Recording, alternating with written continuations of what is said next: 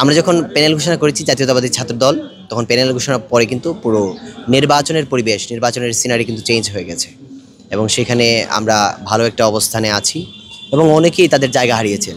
যারা ফেসবুক ফলোয়ারদের মাধ্যমে ভাবতেন যে আমরা ভিভিজিএস হয়ে যাব, তারা হয়তো অনেকটা লাইমলাইটের বাইরে চলে গেছেন বা নির্বাচনী দৌড়েও অনেকটা পিছিয়ে গেছেন। আমরা মনে করি তারা আমাদেরকে রাজনৈতিকভাবে মোকাবেলা করতে যে তাদের অক্ষমতা, সেই অক্ষমতা ঢাকতে আমাদের অনলাইন প্রচারণার মাধ্যমে আমাদের ডিফেম করার চেষ্টা করছে। আপনি অনলাইনে যদি প্রচারণা করেন, ভোট তো দিবে ঢাকা বিশ্ববিদ্যালয়ের 40,000 শিক্ষার্থী। আমরা সুতরাং আমাদের দায়বদ্ধতার জায়গা সেই 40,000 শিক্ষার্থীর কাছে। আমরা শিক্ষার্থীদের কাছে 1 to 1 যোগাযোগের মাধ্যমে আমাদের যে চিন্তা, আমাদের যে ভাবনা, তা উপস্থাপন করছি। এবং ঢাকা বিশ্ববিদ্যালয়ের শিক্ষার্থীদের আপনি ফেসবুকের এটা ভুয়া পেজের, ভুয়া আইডির, কোনো ভুয়া পোস্টের মাধ্যমে প্রভাবিত করতে পারবেন না। কেউ যদি ভাবে যে তারা তাদের আইডিতে, তাদের ফেসবুক পোস্টে হাজার হাজার রিয়েক্ট তারা নির্বাচিত হয়ে যাবে, এটা বোকার স্বর্গে বাস করা।